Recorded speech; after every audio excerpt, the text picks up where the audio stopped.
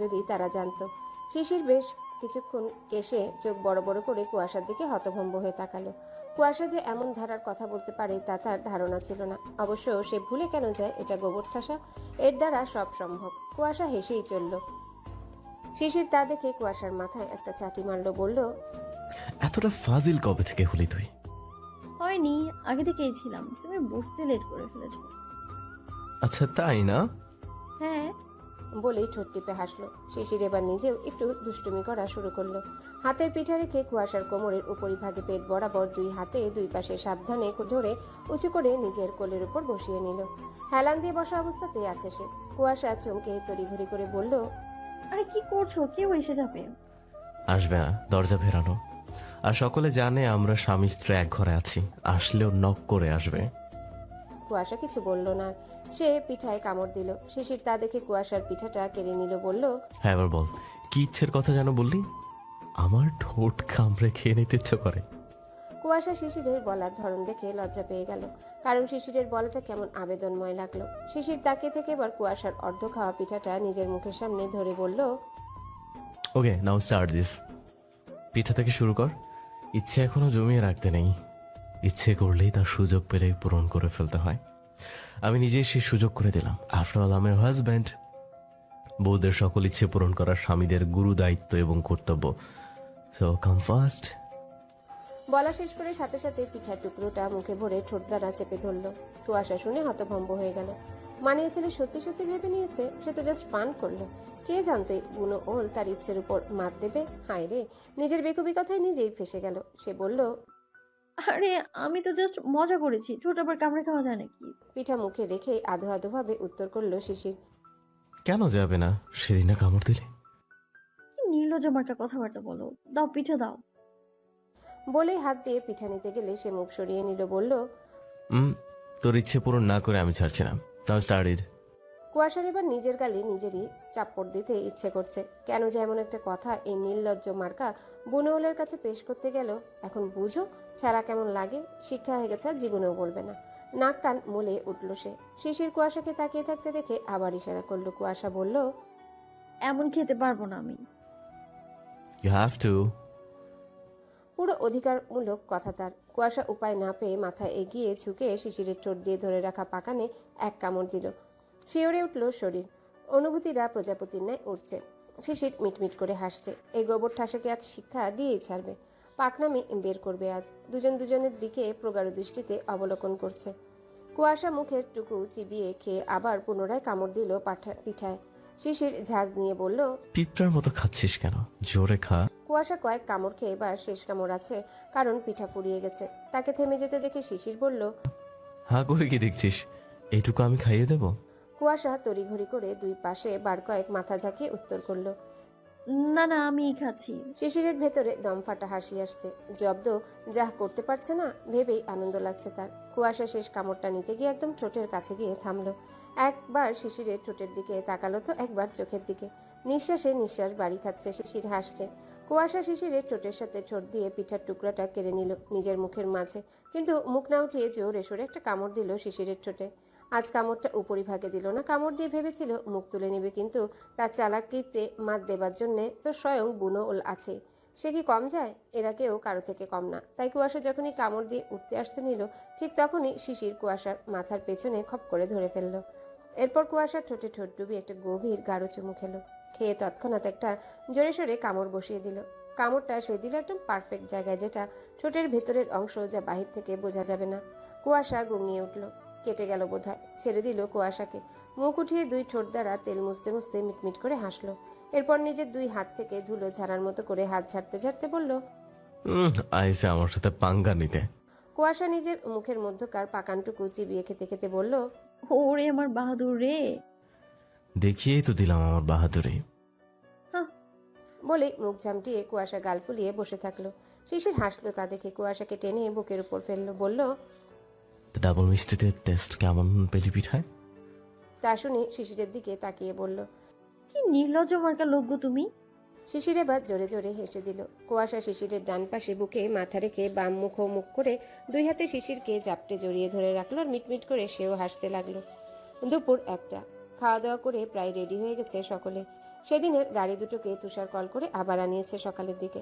এদিকে মিহির ঈশাকে নিয়ে পুকুর পাড়ে এসেছে। ঈশা কিছুটা বিরক্ত। এখন সকলে চলে যাবে, এই সময় এমন টেনে আনার মানে আছে? যা বলার ফোনেও তো বলা যেত। বলল, সকালে বের হয়ে গেছে, খুঁজবে আমাকে। যা বলার জলদি বলো। এই ধানি লঙ্কা, তোর এত দেমাগ কেন রে? অনুভূতি বুঝিস না?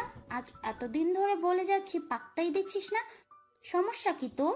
তুমি জানো না আমাদের এজ ডিফারেন্স মাত্র 1 ইয়ার। এত কম এজ ডিফারেন্সের সম্পর্কের ভবিষ্যৎ কি হবে? তোমার সেটেল হতে হতে আমার অন্য ঘরে সংসার করার বয়স হয়ে যাবে। মানুষ সেম ইয়ারে রিলেশন করে না। করে, কিন্তু সেই সব আমার কাছে ভিত্তিহীন লাগে। বিয়ে করে বউ খাওয়াতে পারে না, আর পারলেও বাপের টাকায়, নয়তো সেটেল হয়ে বিয়ে করতে করতে বয়স হয়ে যায়। তোমার কি মনে হয় আমার বাবা এতদিন বিয়ে না দিয়ে আমাকে রেখে দেবে? বুবুকে রাখার কারণ ফুফুর জন্য, আমাকে এতদিন রাখবে না বলেছে। একটা সুযোগ তো দিতে পারিস নাকি? আমার জন্য একটু স্যাক্রিফাইস করতে পারবি না রে ধানি লঙ্কা? এমনভাবে বলল মিহির। ঈশার মায়া হলো অনেক। তাছাড়া এতদিনের কথা বলতে বলতে এসব তো একটা অনুভূতিও কাজ করে, কিন্তু সেটাকে দমিয়ে রেখেছে ঈশা। সে আবারও বলল, তোর বিয়ে দিতে চাইলে বলবি তুই অনার্স কমপ্লিট করে বিয়ে করতে চাস। ততদিন আমি একটা কিছু করে ফেলতে পারবো ইনশাল্লাহ। বিএসসিটা করি, বিএস দেবার চেষ্টা করব। ততদিন একটু অপেক্ষা করে নে না। প্রয়োজনে 2-1 বছর পর বাড়িতে জানিয়ে দেবো আমি। তোদের বাড়িতেও তো কথা বলবো। শুধু শশীর বিয়েটা হয়ে গেলেই সব করতে পারবো। বোন পার না করে কিছুই বলতে পারবো না বাড়িতে। একটা সুযোগ দে ধানি লঙ্কা। ঈশা গভীর নজরে চেয়ে রইল মিহিরের দিকে। মিহির আবারও বলল, সত্যি তোকে ভালোবাসি ফেলেছি রে। আগে অনেক মেয়ের সাথে কথা বলতাম, এখন সেটাও বলি না। Believe me. ঈশা এবার মিহিরের কাছে এগিয়ে গেল। এরপর মেকি রাগ নিয়ে মিহিরের টি শার্টের কলারের সামনে বাম হাতে মুঠো পাকিয়ে ধরে চোখে চোখ রেখে ডান হাতের তর্জনী তুলে শাসানি ভঙ্গিতে বলল, এরপর থেকে আর কারোর সাথে কথা বললে খুন করে রেখে যাব বলে দিলাম। বলা শেষ করে মিহিরের পাতলা চিকন শরীরটা ধাক্কা দিল। মিহির হাসলো। ঈশা বলেই হাঁটা ধরল। মিহির হাসতে হাসতে বলল, এই ধানি লঙ্কা, ভালোবাসি রে। ঈশা শুনে না শোনার মতো করে নিঃশব্দে হাসতে হাসতে চলে গেল। সকলে বাড়ি থেকে বের হয়ে গেছে। কুয়াশা আস্তে আস্তে বৃষ্টিদের সাথে এগিয়ে গেল। নিহার শশীর সাথে কথা বলছে। সকলে এই নিয়ে কিছু বলেনি। বিদায় বেলায় একটু কথা বলেনি। তারা এখনো বাড়ির মধ্যে। শিশির গাড়ির কাছে এসে তুষারকে বলল, ভাইয়া 1 ঘন্টার বেশি রাস্তা কুয়াশা বসে থাকতে পারবে এতক্ষণ? বুঝছি না, এছাড়া কোনো উপায়ও নেই। একটু কষ্ট করে হলে যেতে হবে। শিশির আর কিছু বলল না। সকলে সকলের থেকে বিদায় নিল। আজমিরা আম্বিয়া জিনিয়াকে জড়িয়ে ধরে বিদায় নিলেন। জাকির মালিক তারা হানিফ সাহেবের কাছ থেকে হাসি মুখে বিদায় নিলেন। সৌরভ, সিমি, মিহিরের থেকে সকলে বিদায় নিল। এরই মাঝে শশী কান্না মুখ করে নিহারের সাথে বেরিয়ে এলো। শশী আসতে আম্বিয়া, আজমিরা, জাকিয়া, কুয়াশারা সকলে জড়িয়ে ধরে ধরে সান্ত্বনা দিল। এও বলল খুব জলদি নিয়ে যাবে তাদের কাছে। শশী এবার আর নিজেকে দমালো না, কেঁদে দিল ঝরঝর করে বৃষ্টিদের জড়িয়ে ধরে। বৃষ্টিরা মুচকি এসে সান্ত্বনা দিল। নিহারের মন ভার, সে কিছু বলল না। এরপর সকলে একে একে গাড়িতে উঠে বসলো। নিহার শশীর দিকে তাকিয়ে মলিন মুখে মুচকি হাসির রেখা টেনে গাড়িতে উঠে পড়ল। আর দাঁড়িয়ে থাকা যাবে না। অনুভূতিটা বিষাদময় হয়ে উঠেছে। অন্তর জ্বলে যাচ্ছে। ভালোবাসার প্রিয় মানুষের থেকে দূরে থাকা যে কতটা কঠিন, যারা থাকে তারাই একমাত্র এর জ্বালা বুঝে। শিশিরাজ কুয়াশার পাশে বসলো। বৃষ্টি শ্বশুরদের গাড়িতে উঠলো। আজ আর ঠাসাঠাসি করে বসতে ইচ্ছে করলো না। সকলে উঠতেই গাড়ি স্টার্ট দিয়ে দিল। সকলে গাড়ির ভেতর থেকে বিদায় নিল আরও একবার। এই যাত্রাটা সকলের জন্য কষ্টের মনে হচ্ছে। 2 দিন থেকে অনেক স্মৃতি তৈরি হয়ে গেছে। রিজভি, মিহির সৌরজকে আরও একবার বলল। তারপর চলে গেল গাড়ি তার গন্তব্যে আপন গতিতে। রেখে গেল গাড়ির মধ্যে থাকা এক একটা মানুষের এই গ্রামের প্রকৃতিতে নানান রকম ভালো লাগা, ছোট বড় অনুভূতি ও স্মৃতি। আবার সুযোগ হলে আল্লাহ চাইলে দেখা হবে অপূর্ব গ্রামটাকে। শশী টলমল চোখে চেয়ে রইল যতদূর দেখা গেল। নিহার গাড়ির ভেতর থেকে মুখ বের করে তাকিয়েছিল। গাড়ি অদৃশ্য হতেই শশী আর দাঁড়ালো না। তার ছোট্ট হৃদয়টা বড্ড পাগলামি করছে, কষ্ট হচ্ছে অনেক। ধরিত্রীতে সন্ধ্যা নেমে গেছে। চারিদিকে আজানের ধ্বনিতে মুখরিত। শিশির কুয়াশাকে নিয়ে কুষ্টিয়ার পপুলার ডায়াগনোসিস সেন্টারের লিফটের থেকে বেরিয়ে নেমে বাহিরে এলো। সাথে নিহার, তুষার, তুহিন আছে। বাকিরা বাড়িতে চলে গেছে। নিহার গিয়ে 2টো সিএনজি ডাকলো। একটাতে শিশির, কুয়াশা উঠলো শুধু, অন্যটাতে ওরা 3 ভাই। কুয়াশাকে নিয়ে তারা 3টার দিকে হসপিটালে আসে। এরপর ডক্টরকে দেখালে কোমর এক্স-রে সহ এমআরআই করতে দেয়। সেসব করে ডক্টরের সাথে কথা বলে সকল ফর্মালিটি পূরণ করতে করতে সন্ধ্যা হয়ে গেছে। কুয়াশার মেরুদণ্ডের কোমরের হাড়ে আঘাত পেয়েছে। সাথে মাংসপেশির উপরিভাগে আঘাতটা পাশে থাকা শানের সাথে আঘাত পায়। এর কারণে মাংস সহ হাড়ে আঘাত লাগে। এছাড়া উপর থেকে নিচে শক্ত মাটিতে পড়ার কারণে মেরুদণ্ডের কোমরের হাড়ে ভালো মতোই আঘাতটা লেগেছে। শুধু মাংসে লাগলে এতটা সমস্যা হতো না। যেহেতু মেরুদণ্ডের হাড়ে লেগেছে, এজন্য ব্যথাটা মারাত্মক রূপ নিয়েছে। হাঁটাসহ বসাতেও সমস্যা করছে। হাড়ের ব্যথা সব থেকে বেশি যন্ত্রণাদায়ক। কুয়াশাকে টোটালি 3 সপ্তাহ বেড রেস্টে থাকতে বলা হয়েছে। সেখানে 2 সপ্তাহ তো মাস্ট থাকতেই হবে। প্রয়োজন ছাড়া হাঁটাহাঁটি করা যাবে না। এছাড়া বাড়িতে প্রাথমিকভাবে চিকিৎসাও নিতে বলেছে, সেটা গরম পানি ঢালা বা গরম পানি সেক দেওয়া। উপরোক্ত কথাগুলোই সিএনজির মধ্যে শিশির কুয়াশাকে বলতে বলতে বাড়ি ফিরছে। কুয়াশা মুখ বুজে গিলছে। বসতে সমস্যা হচ্ছে বলে একপাশ করে শিশিরের বুকে হেলান দিয়ে আছে। শিশির বকবক করছে। একসময় কুয়াশা বলে উঠল। একটা ইন্টারেস্টিং কথা শুনবা? শিশির বেজায় বিরক্ত হলো। সে বলছে গুরুত্বপূর্ণ কথা, আর ফাজিল গোবর ঠাসাটা আছে ইন্টারেস্টিং কথা নিয়ে। এতক্ষণ সে যে বকবকগুলো করলো সেগুলো কি আদৌ শুনেছে? ধমকে বলল, এই তোকে যে আমি এতগুলো ইম্পর্টেন্ট কথা বলছিলাম, শুনেছিস একটাও? কুয়াশা চোখ মুখ কুচকে বলল, শুনেছি। রাখো তো ওসব, বাড়ি গিয়ে শুনবো আবার। শিশিরের মনটা চাইলো গোবর ঠাসাকে একটা ধাক্কা দিয়ে ফেলে দিতে। বিরক্ত নিয়ে চুপ করে রইল। কুয়াশা আবছা আলোয় শিশিরের মুখটা দেখার চেষ্টা করলো মাথা তুলে। গাড়ির ভেতর তারা দুজনই শুধু। সামনে ড্রাইভার। শিশির সামনে তাকিয়ে আছে। কুয়াশা বলল, হসপিটালে একটা নার্স কি বলছিল শুনবে? শিশির প্রত্যুত্তর করলো না, কিন্তু সামনে তাকিয়ে কুয়াশার বলতে চাওয়া কথাটা শোনার জন্য কান পেতে রাখলো। কুয়াশা বুঝে উঠে বলল, আমি বসেছিলাম, তোমরা কেউ ছিলে না তখন। একটা নার্স এসে বলল, আপা আপনি একা বসে আছেন, কেউ সাথে নেই? আমি বললাম হ্যাঁ আছে তো, আমার ভাইয়ারা আছে।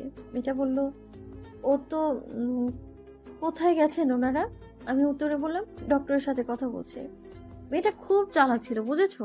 মেয়েটা আমাদের দেখেছেও, বুঝেছেও আমি একা নই, তোমরা ছিলে। কিন্তু মেয়েটা মেবি ক্রাশ খেয়েছিল, তবে কার উপর সেটা বুঝিনি। তো মেয়েটা আমার সাথে কিছুক্ষণ খোশ গল্প করে সব ভাই কি করে না করে জিজ্ঞেস করতে লাগলো।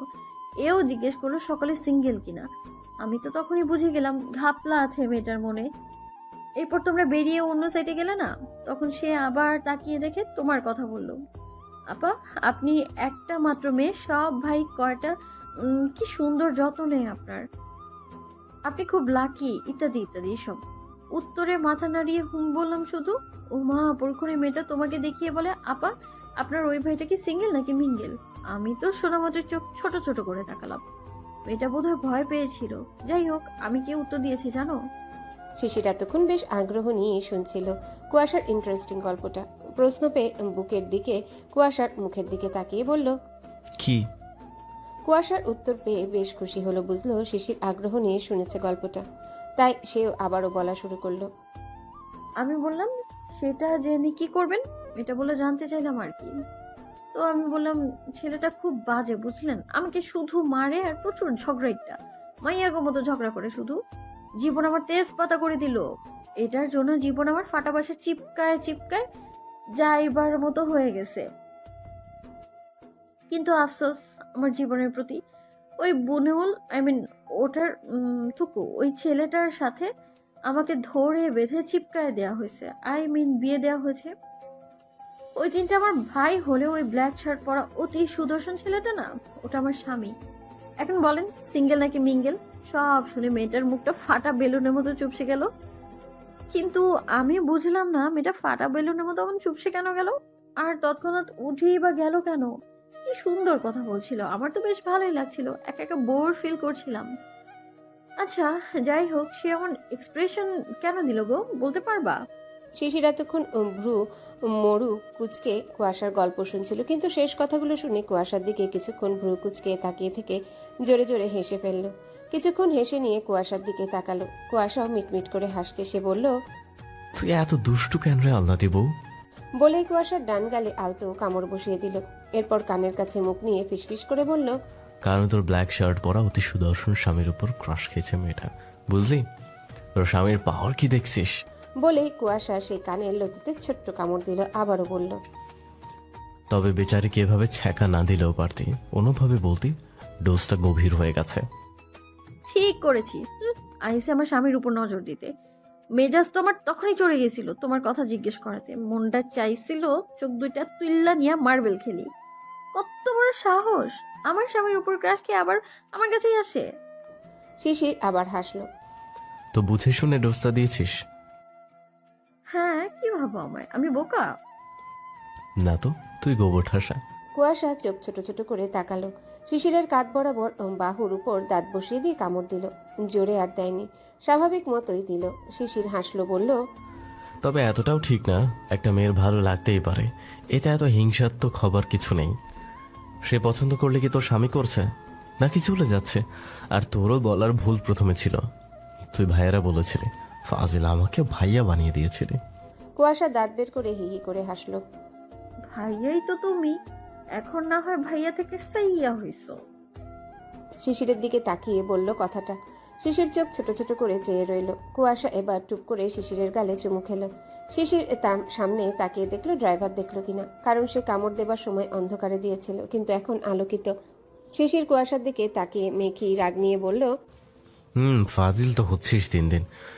চল আগে বাড়ি যেয়ে নেই, এরপর কত চুমু দিতে পারিস দেখবো। কুয়াশা পাত্তা দিল না, বুকের সাথে লেপ্টে রইল। কিছুক্ষণের মাঝে ওরা পৌঁছেও গেল।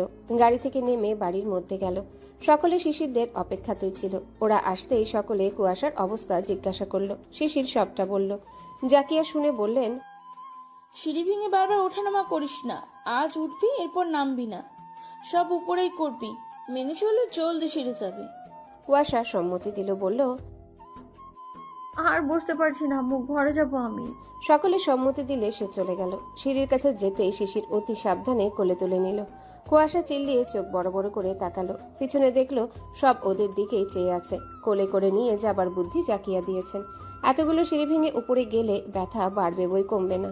শিশির গাছাড়া ভাব নিয়ে সিঁড়ি ভেঙে উঠছে। কুয়াশা বলল, এসব কি ধরনের ফাজলামো, ছি, বাড়ির লোক কি ভাবছে? লজ্জা মরে যেতে ইচ্ছে হচ্ছে আমার। তো মরে যা। কুয়াশা চোখ বড় বড় করে আবারও তাকালো। সে আবারও বলল, ফর ইউর কাইন্ড ইনফরমেশন, তোকে কোলে নেবার কথা তোর শাশুড়ি আমাকে বলছে, নয়তো তোর মতো গোবরঠা শালুর বস্তা নিয়ে এতগুলো সিঁড়ি বেয়ে ওঠার কোনো ইচ্ছা ছিল না আমার। কুয়াশা বেজায় রাখলো। কয়েকটা চড়থাপ্পড় কিল ঘুষিয়েও দিল। শিশির হেসে ঘরে গিয়ে বসিয়ে দিল, বলল, শুয়ে থাক, অকারণে বসে থাকিস না। কুয়াশা শুনে বোরখা খুলে বিছানার উপর রেখেই শুয়ে পড়ল। শিশির কুয়াশার বোরখা তুলে নিয়ে কর্নার আলনার উপর রেখে নিজেও চেঞ্জ করে ফ্রেশ হয়ে এলো। এসে বলল, ফ্রেশ হবি না? একটু পর যাচ্ছি, ব্যথা করছে বসে থাকতে থাকতে। শিশির কিছু বলল না, ঘর ছেড়ে চলে গেল। এদিকে নিহার এসে নিচে আর বেশিক্ষণ থাকলো না। তার ভেতরে ঝড় শুরু হয়ে গেছে। সেই ঝড় আগে থামাবে এরপর কথা। সে নিজের ঘরে জলদি গিয়ে চেঞ্জ টেঞ্জ না করে আগে শশীকে সরাসরি ভিডিও কল দিল। শশী বোধহয় নিহারের কলের অপেক্ষাতেই ছিল। কিছু সেকেন্ড না পেরোতেই রিসিভ হলো। সাথে সাথে নিহার তার ইচড়ে পাখা পাখির মুখটা দেখতে পেল, আর ভেতরের সব ঠান্ডা হয়ে গেল। এতক্ষণ প্রলয় হচ্ছিল তা নিমিষেই থেমে গেল। কিছুক্ষণ দেখলো শশীকে, চোখ মুখ ফুলিয়ে ফেলেছে। দেখে মুচকি হাসলো। কি পাগলি মেয়েটা ভাবা যায়। এই বয়সে একে তো প্রেম করেছে, তার উপর আবার এঙ্গেজও করেছে। এখন আবার বরের বাড়ি আসার জন্য নাকের পানি চোখের পানি এক করে ফেলেছে। ভেবেই আবার হাসলো। মেয়েটা বাচ্চা, কিন্তু আবেগগুলো খাঁটি। ভালোবাসা কতটা গভীর হলেই সদ্য 17 বছরের মেয়ে এমন করতে পারে। ভাবতেই প্রশান্তিতে অন্তর কায়াতে চেয়ে গেল। দুজনে দুজনকে আগে কিছুক্ষণ দেখে নিহার বলল, কেঁদেছো কেন এত? কষ্ট হচ্ছে আমার। নিহার কি বলবে বুঝলো না। তারও তো একই অবস্থা। সে এসব কথা রেখে বলল, খাওয়া দাওয়া করেছো? কারেন্ট নেই, আসলে খাবো। আপনি খেয়েছেন? না, মাত্রই বাড়িতে এলাম। তোমাদের এখান থেকে কুয়াশাকে নিয়ে হসপিটালে গিয়েছিলাম, একটু আগে আসলাম। না চেঞ্জ করেছি আর না ফ্রেশ হয়েছি। কথাটা বলে নিহার নিজেও একটু অপ্রস্তুত হলো। মেয়েটা এমনি কষ্ট পাচ্ছে, তার উপর এমন কথা বলাটা ঠিক হলো না। সেও কি শশীর মতো আবেগে বাচ্চা হয়ে গেল? কথার খেই হারিয়ে ফেলছে কেন? কি সব পাগলামো করছে? নিজেকে সামলে নিল, কিন্তু ওদিকে ফোনের ওপাশে যা হবার তা হয়েই গেল। শশী নিহারের কথাটা শোনা মাত্রই কিছুক্ষণ চেয়ে থেকে ঝরঝর করে কেঁদে দিল আবার। নিহারের এবার নিজের গালে নিজেরই থাপ্পড় দিতে ইচ্ছে করছে। একে তো একটা বাচ্চার প্রেমে পড়ে জীবন তার টানা টানা, তার উপর এখন আবেগে সে নিজেও হাবুডুবু খাচ্ছে। তড়িঘড়ি করে শশীকে থামাতে লাগলো। কিছুক্ষণ মিষ্টি মধুর বাণী দিয়ে যখন কাজ হলো না, তখন ধমক দিল। শশী ধমক খেয়ে থামলো। নিহার নরম স্বরে বলল, এই পাখি, কেঁদো না আর।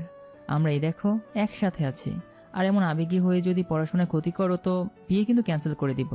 সো পড়াশোনায় মন দাও, কারেন্ট আসলে খেয়ে দিয়ে পড়তে বসবা, ঠিক আছে? কুয়াশা বাবুকে কি বলেছে ডক্টর? নিহার সবটা বলল। এরপর আরও কিছুক্ষণ কথা বলে নিজেদের মন শান্ত করে ফোন রাখলো। ফোন রেখে নিহার ঠাস করে শুয়ে পড়ল। চোখ বুঝলো। গত 2 দিন শশীর সাথে কাটানো মুহূর্তগুলো চোখের সামনে একে একে ভেসে উঠতে লাগলো। ভালোবাসা বড়ই অদ্ভুত জিনিস। তার রং যে কেমন কেউ বলতে পারবে না। এক একটা মানুষের কাছে ভালোবাসার রঙের বর্ণনা এক এক রকম।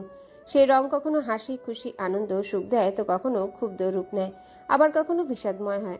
বিষাদময় রংটা হয় কঠিন, গাঢ়, ভারী, যেটা হৃদয় ভেঙে টুকরো টুকরো করে দেয়। কিন্তু নিহার আর শশীর ভালোবাসার রং এখনো আনন্দের তারা পূর্ণতা পেতে চলেছে। তাদের ভালোবাসার একটা নাম হয়েছে। কথাটা